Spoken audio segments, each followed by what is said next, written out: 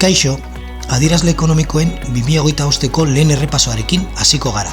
Hau, aste ekonomia da. Abenduan, gizarte segurantzako afiliazioak marka berria ezarri zuen 1.024.500 afiliazioarekin. Aurrek urteko hilabete berean erregistratutakoak baino 1,1 gehiago.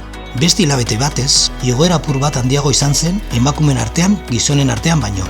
Era berean, abenduan erregistratutako langabezia pizka bat murriztu zen, 0,4 urte arteko tasan.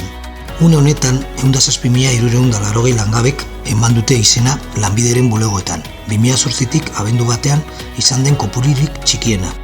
Azkenik, azaroan industriaren produkzioa berriro murriztu zen, jaitsiera hori nahiko apala izan bazen ere, zehazki 1,6 urte arteko tasan. Energiaren ekoizpena gora doa, baina gainerakoak nolabaiteko ahultasuna erakusten dute. Hurrengora arte,